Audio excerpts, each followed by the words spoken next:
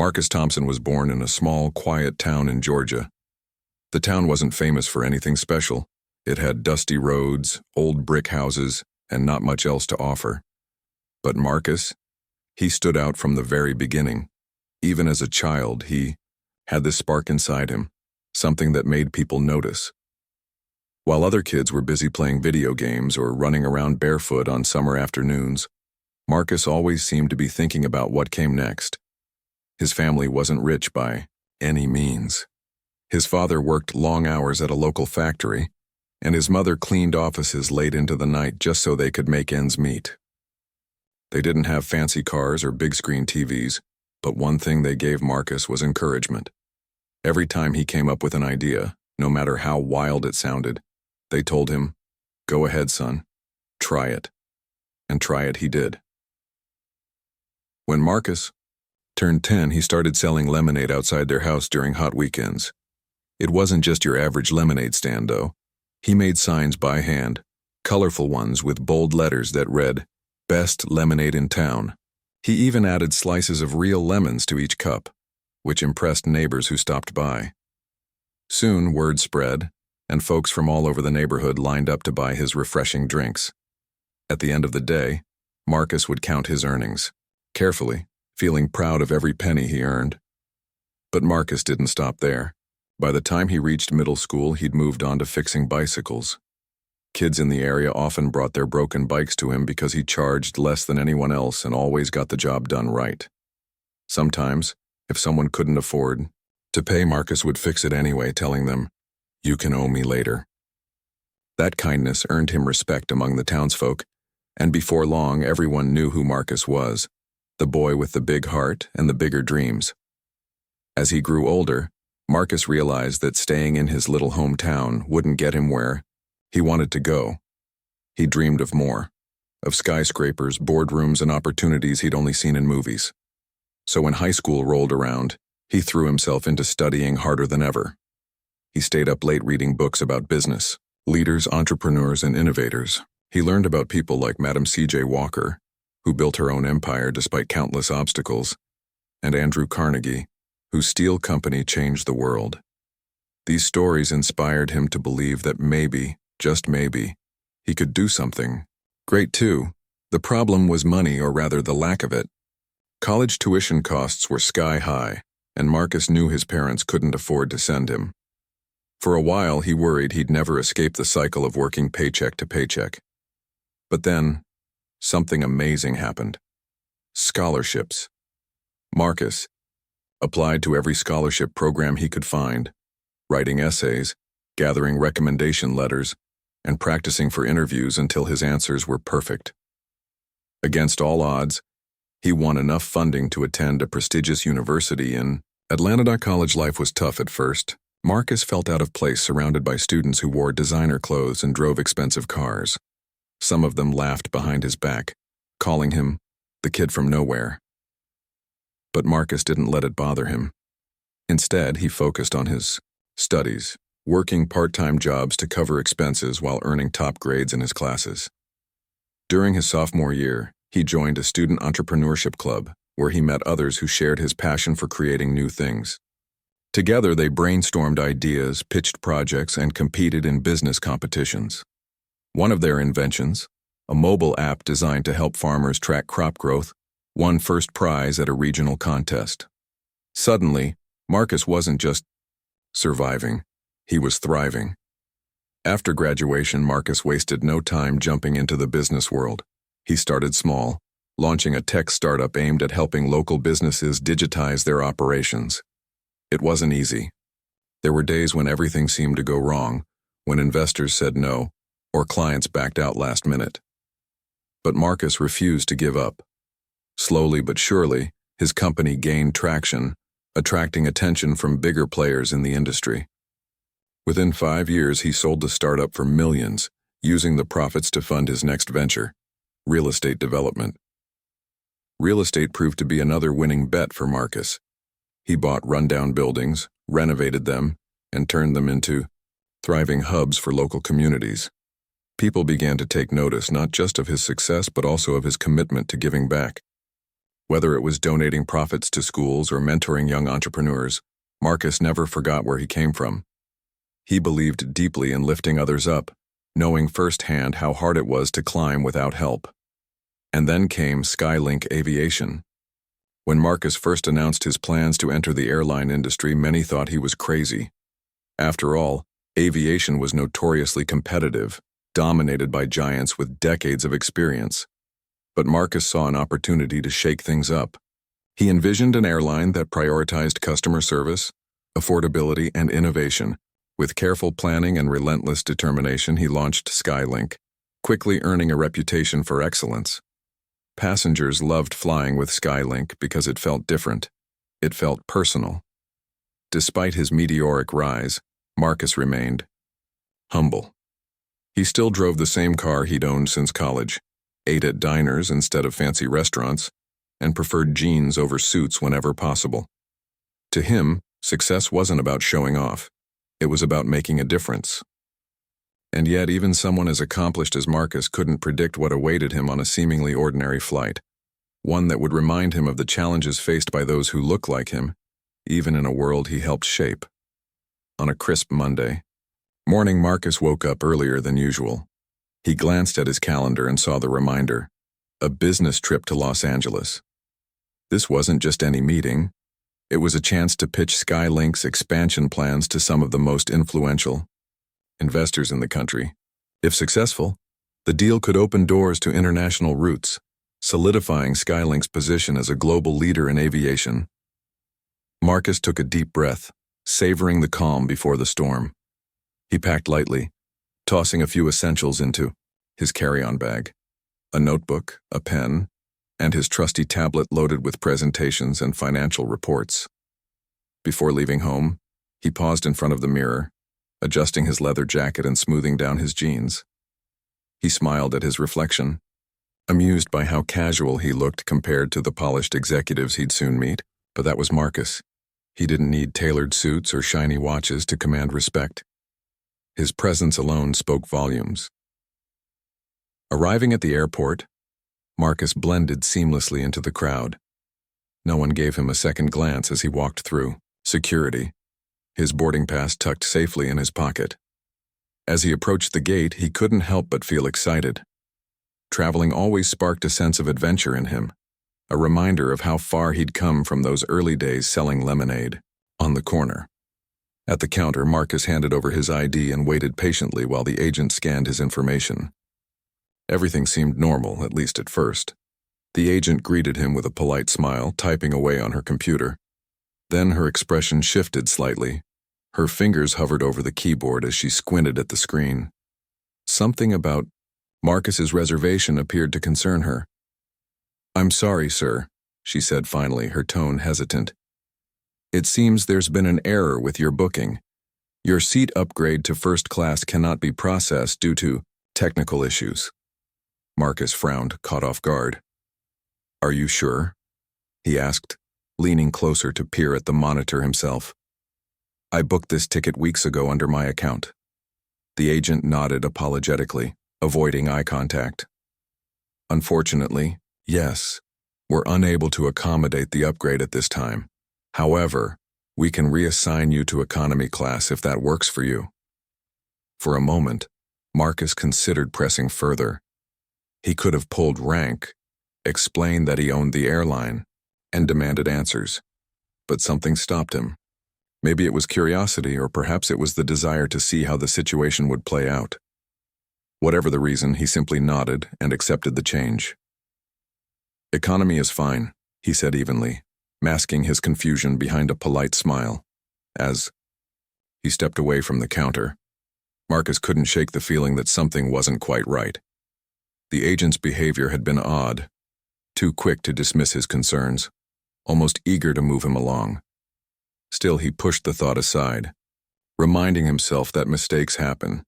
Besides, it wasn't the first time he'd flown coach.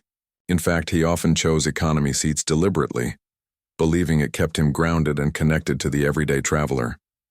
Finding a spot near the boarding area, Marcus settled into a chair, pulling out his notebook to review his presentation one last time. Around him, passengers bustled about, chatting on phones or scrolling through social media. The hum of activity filled the air, punctuated occasionally by announcements over the loudspeaker. Despite the chaos, Marcus found comfort in the routine of travel. There was something reassuring about knowing exactly what came next. Boarding, takeoff, cruising altitude, landing. But as he sat there, lost in thought, fate had other plans. Little did Marcus know, this flight was about to become one of the most memorable journeys of his life. Not because of its destination, but because of the lessons it held along the way. As Marcus sat in the boarding area, his mind kept circling back to the conversation at the check-in counter. The agent's words replayed in his head.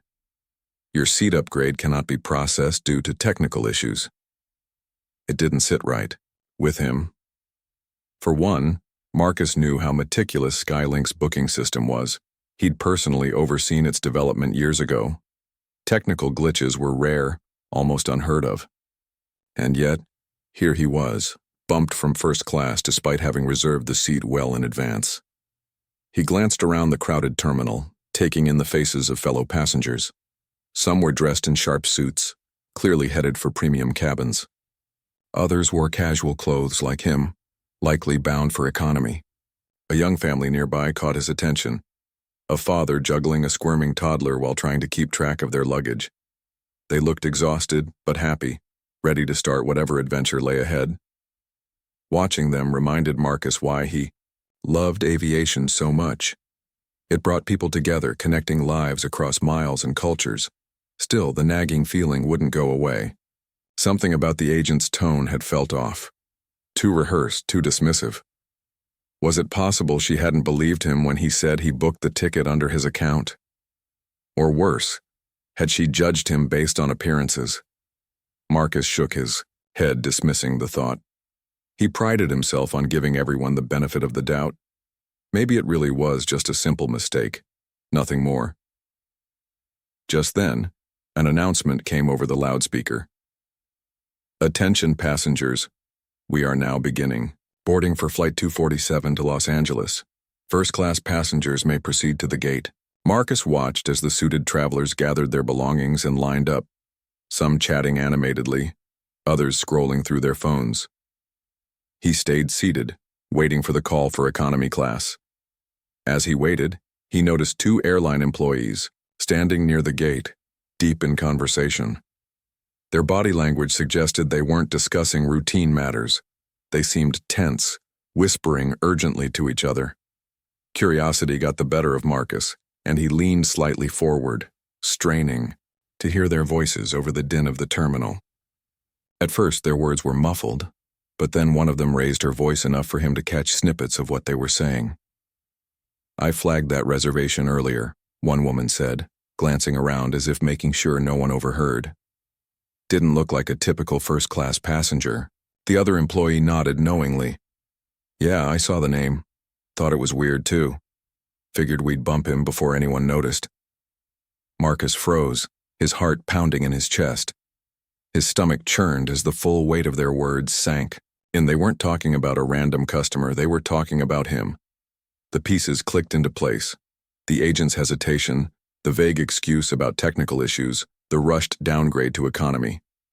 It wasn't a mistake after all. It was discrimination, plain and simple. For a moment, anger surged through Marcus. How dare they judge him based on his appearance? He had built this airline from the ground up, poured his blood, sweat, and tears into every aspect of its operation. Yet here he was, being treated like an outsider simply because he didn't fit their preconceived notion of what a first-class passenger should look like. But instead of confronting them, Marcus took a deep breath, forcing himself to stay calm. This wasn't the time or place for confrontation. Besides, he wanted to understand the situation fully before deciding how to respond. So he sat quietly, observing the employees as they continued their hushed discussion. What if someone finds out? The second employee asked nervously. You know how strict corporate is about these things. Relax, the first replied, with a shrug. No one will care. Just another guy who won't even notice once he's on the plane. Her nonchalance stung more than anything else. To her, Marcus was just another faceless statistic, someone whose feelings didn't matter. She hadn't stopped to consider that denying him access to the cabin he paid for might hurt, not just financially, but emotionally. It was a stark reminder of the biases that still existed in society, even within industries designed to unite people. When the announcement for economy boarding finally came, Marcus joined the line, keeping his emotions in check. Inside, however, he felt a mix of frustration and sadness. Frustration at the injustice of it all, and sadness that such prejudice could exist in a company he worked so hard to build. But beneath those feelings lay determination. Whatever happened next, Marcus knew he couldn't let this moment pass without addressing it. After all, if he didn't stand up for himself, who would? Once on board, Marcus found his assigned seat near the back of the plane. The cramped space felt suffocating compared to the spacious luxury of first class, but he tried not to dwell on it. Instead, he focused on settling in, tucking his carry-on bag into the overhead compartment and adjusting the seatbelt. Around him, passengers shuffled past, searching for their seats or stowing luggage. Conversations buzzed softly, blending with the hum of engines preparing for takeoff. Despite the noise, Marcus couldn't shake the tension gripping his chest. The memory of the employee's conversation lingered, replaying in his mind like a broken record. Each word cut deeper than the last, fueling a quiet rage that threatened to boil over. Still, he forced himself to breathe deeply, reminding himself that losing control wouldn't solve anything. There would be time later to process everything, to decide how best to handle the situation. For now, he needed to stay composed. The plane taxied down the runway. Marcus closed his eyes, letting the vibrations soothe him. Flying had always been a source of peace for him, a chance to disconnect from the chaos of daily life. Even in moments like this, surrounded by strangers and burdened by frustration, there was something comforting about being thousands of feet above the ground, untethered from the world below. Minutes passed, and the flight attendants began their safety demonstration. Marcus barely paid attention, his thoughts elsewhere. That's when it happened. The captain's voice crackled over the intercom, breaking the monotony. Good afternoon, ladies and gentlemen, and welcome aboard Skylink Flight 247 to Los Angeles. On behalf of our entire crew, I'd like to thank you for choosing to fly with us today. We hope you enjoy your journey. There was a brief pause, followed by another announcement. We are especially honored to have a very special guest traveling with us today. Please join me in welcoming the founder and CEO of Skylink Aviation, Mr. Marcus Thompson. A ripple of excitement spread through the cabin. Passengers craned their necks, scanning rows for a glimpse of the man behind the airline. Applause erupted, spontaneous and enthusiastic. Some whistled while others cheered loudly. Clearly, many recognized Marcus's name and contributions to the industry. Marcus blinked in surprise, momentarily caught off guard. He hadn't expected this kind of acknowledgement, especially since he'd booked the flight incognito. Then again, it wasn't uncommon for senior staff to announce VIPs during flights, a gesture meant to make high-profile guests feel appreciated. What surprised him more, though, was the realization that none of the crew seemed aware he was already on board. The flight attendant nearest to Marcus exchanged confused glances with her colleagues. "Did anyone see where Mr. Thompson is sitting?" she whispered urgently. Her question carried just enough volume for Marcus to overhear. He suppressed a smirk, amused by the irony of the situation. Here he was, sitting unnoticed in economy, while the entire plane searched for him in first class. After a few moments of frantic whispering, the same flight attendant approached Marcus cautiously. "Excuse me, sir," she said hesitantly, her eyes flickering between him and her clipboard. "Are you Mr. Thompson?" Marcus nodded slowly, watching her reaction carefully. Recognition dawned on her face, quickly replaced by embarrassment. "Oh my goodness," she exclaimed, her cheeks flushing red. I'm so sorry, sir. We didn't realize it was you. Let me escort you to first class immediately." Before Marcus could respond, she gestured for him to follow her. Passengers turned to watch, murmuring among themselves as they realized the CEO had been sitting among them all along. Some smiled warmly, nodding approvingly, while others looked shocked or even guilty. As Marcus stood up, he felt a surge of mixed emotions. Part of him wanted to revel in the moment, to bask in the irony of being discovered after being denied entry earlier. Another part of him felt weary, tired of having to prove himself over and over again. Still, he maintained his composure, offering the flight attendant a polite smile as she led him toward the front of the plane. Once seated in first class, Marcus accepted the crew's profuse apologies graciously. He thanked them for their hospitality, refusing to let bitterness creep into his tone. Inside, however, his resolve hardened. This incident wasn't just about him. It was about the countless others who might face similar treatment without the privilege of ownership to shield them. By the time the plane reached cruising altitude, Marcus had already begun formulating a plan. Change was coming, whether the airline liked it or not. The flight from Atlanta to Los Angeles was a blur for Marcus. Though he sat comfortably in first class now, his mind raced with thoughts about what had just happened. The irony of the situation wasn't lost on him. He owned the airline, yet he'd been denied access to the very cabin he'd designed to provide comfort and luxury. It wasn't just about the inconvenience.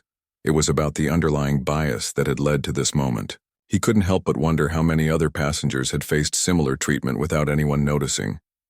When the plane touched down at LAX, Marcus disembarked quietly, avoiding further attention from the crew or fellow travelers. His meeting with potential investors was scheduled for later that afternoon, but instead of heading straight to his hotel, he found himself pulling out his phone and dialing Skylink's corporate office.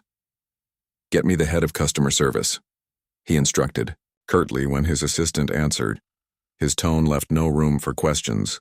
Within minutes, he was patched through to Sarah Reynolds, the Senior Vice President of Customer Experience, a woman Marcus trusted deeply and respected immensely. "Marcus?" Sarah answered, her voice warm but tinged with curiosity. "Is everything okay? I need you to schedule an emergency meeting with the leadership team as soon as possible," Marcus replied, his voice steady but firm. "I'll be there tomorrow morning." Sarah hesitated for a split second before responding. "Of course, what's this regarding?" "I'll explain when we meet," Marcus said simply, ending the call before she could press further. There would be time enough for explanations later. For now, he needed space to process everything and decide exactly how to address the issue. The next day, Marcus walked into the sleek boardroom at Skylink headquarters, where the company's top executives were gathered around the table. They greeted him warmly, clearly expecting a routine strategy session. But as soon as Marcus took his seat at the head of the table, the atmosphere shifted. He didn't waste time with pleasantries. "This isn't going to be a typical meeting," he began, his gaze sweeping across the room. "Yesterday I flew Skylink from Atlanta to LA, and let me tell you, it wasn't the kind of experience I want our customers to have." A murmur rippled through the group. Everyone knew Marcus prided himself on maintaining high standards for customer satisfaction. Whatever he was referring to must have been serious. He went on to recount the entire incident, sparing no detail. From the dismissive attitude of the gate agent to the whispered conversation between employees about flagging his reservation, Marcus laid it all out plainly. The room fell silent as he spoke, the weight of his words sinking in. "I'm not sharing this because I expect special treatment," Marcus continued, leaning forward slightly. "In fact, I booked that ticket under a pseudonym specifically so I could experience Skylink as any regular passenger would. What I encountered wasn't negligence, it was prejudice. Bias based on appearance, assumptions made before anyone even spoke to me." His tone softened slightly as he added, "This isn't about me being upset. It's about recognizing that if this can happen to the CEO of the airline, imagine what others might face every single day." The executives exchanged uneasy glances. Some looked ashamed, while others appeared defensive. One of them, a middle-aged man named Greg, cleared his throat. "Marcus, I understand your frustration, but these kinds of things are rare. Maybe it was just a misunderstanding." "It wasn't a misunderstanding," Marcus interrupted firmly. And even if it were, we can't afford to take chances. Our brand is built on trust, inclusivity, and excellence. If people don't feel welcome on our planes, we've failed, not just as a business but as human beings. With that, Marcus outlined a series of changes he wanted implemented immediately. First, mandatory diversity training for all staff, focusing on unconscious bias and cultural sensitivity. Second, anonymous audits of customer interactions to ensure fairness across the board. Third, incentives for employees who demonstrated exceptional inclusivity and empathy in their work. Finally, he announced plans to create a new advisory council, comprising diverse voices from within the company and beyond, tasked with reviewing policies and practices regularly. By the end of the meeting, the mood in the room had shifted entirely. The initial defensiveness gave way to determination. Many of the executives admitted they hadn't fully grasped the scope of the problem until Marcus shared his story. Now they were eager to make amends, not just for Marcus but for every passenger who relied on Skylink to treat them with dignity and respect. In the weeks following the meeting, Marcus threw himself into implementing the changes he'd proposed. He worked closely with HR to develop comprehensive training programs aimed at addressing unconscious bias. Videos, workshops, and role-playing exercises became standard parts of employee onboarding and annual reviews. Managers were encouraged to lead by example, fostering environments where open conversations about equity and inclusion weren't just tolerated, they were celebrated. But Marcus didn't stop there. He also launched a public awareness campaign called Fly with Dignity, highlighting Skylink's commitment to treating every passenger equally, regardless of race, gender, age, or socioeconomic status. Advertisements featured real stories from customers who had experienced acts of kindness during their travels, alongside testimonials from employees about how the new initiatives were reshaping workplace culture. One of the most impactful decisions Marcus made was to personally oversee the anonymous audit program. Randomly selected flights were monitored by undercover evaluators, both internal staff and external consultants, who observed interactions between crew members and passengers. Their reports provided invaluable insights into areas needing improvement, as well as examples of outstanding service that deserved recognition. Perhaps the most surprising outcome came from the advisory council Marcus established. Comprised of representatives from various backgrounds, including frequent flyers, industry experts, and community leaders, the council quickly became a driving force behind meaningful change. They reviewed existing policies, identified gaps, and proposed innovative solutions to enhance the overall travel experience. For instance, one suggestion led to the introduction of gender-neutral bathrooms on all new aircraft, a move praised widely by advocacy groups. Among the employees affected by these changes was the gate agent who had initially denied Marcus entry to first class. Rather than facing termination, which some might have expected, she was given the opportunity to undergo additional training and reflect on her actions.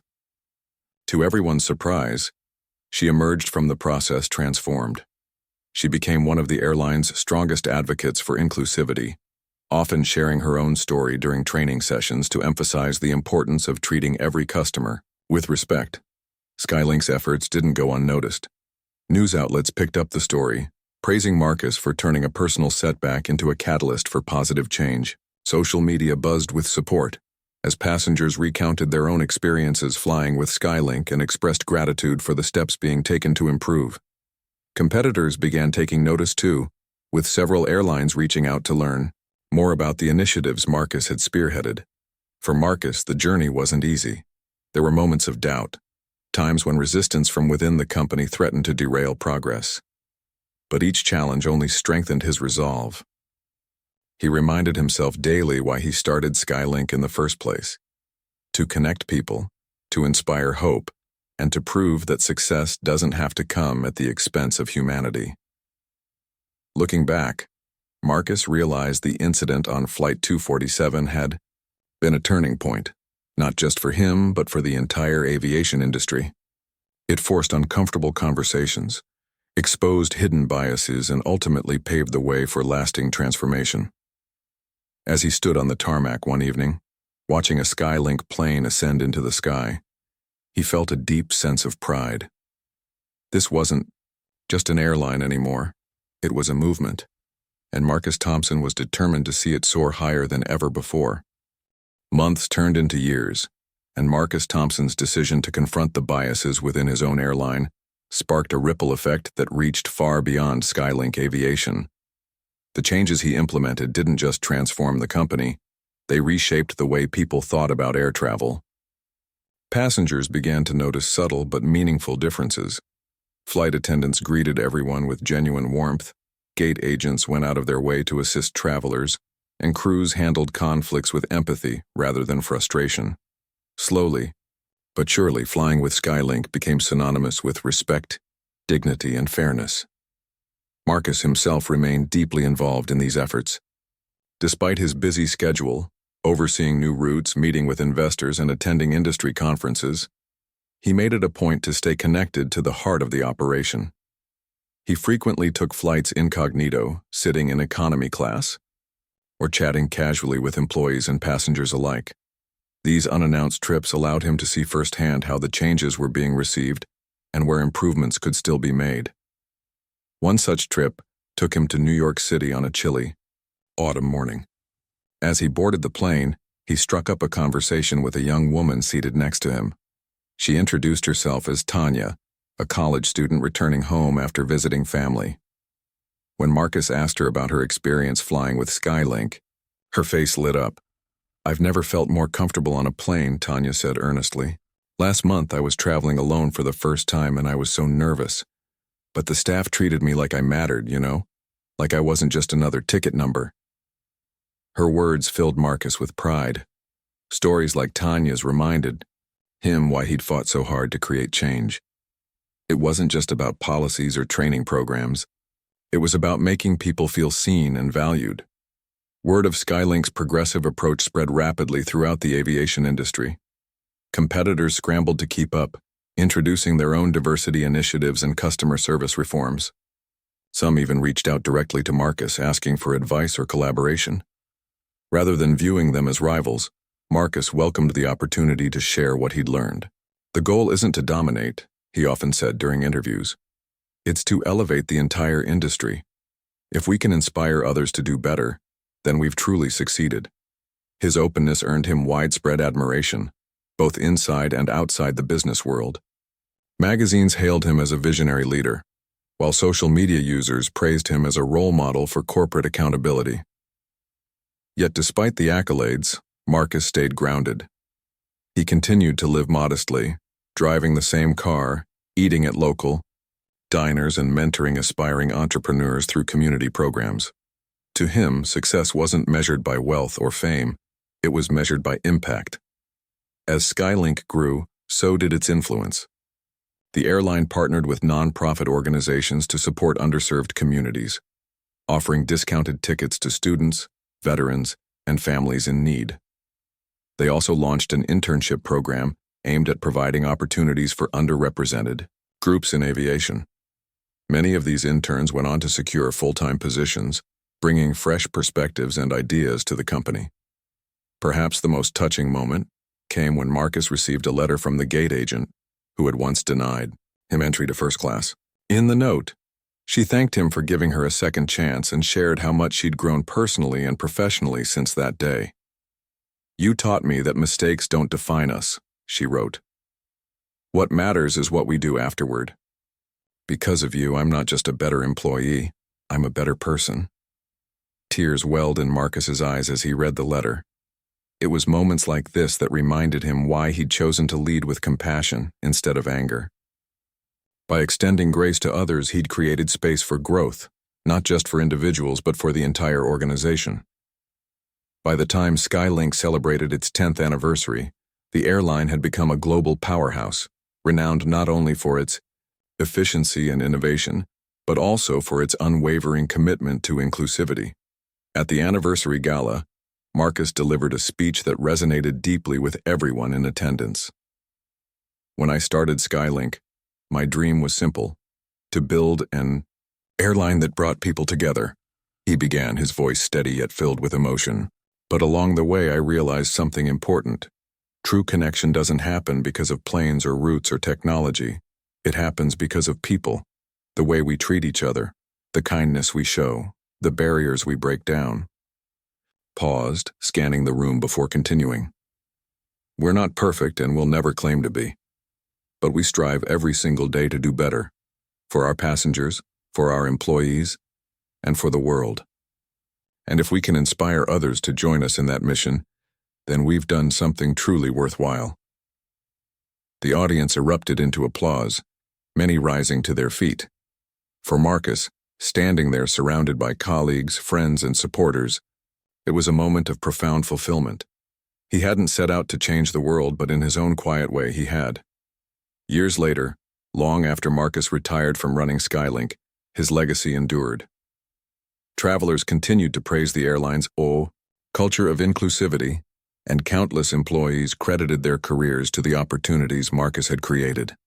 His story served as a reminder that leadership isn't about power or control. It's about using your position to lift others up, to challenge injustice, and to leave the world a little brighter than you found it. And though Marcus rarely spoke publicly about that fateful flight, he carried its lessons with him always.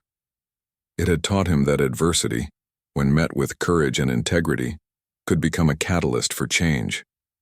More importantly, it had shown him that no matter how high you soar, your greatest achievements come from staying grounded in values, in humility, and in love for humanity.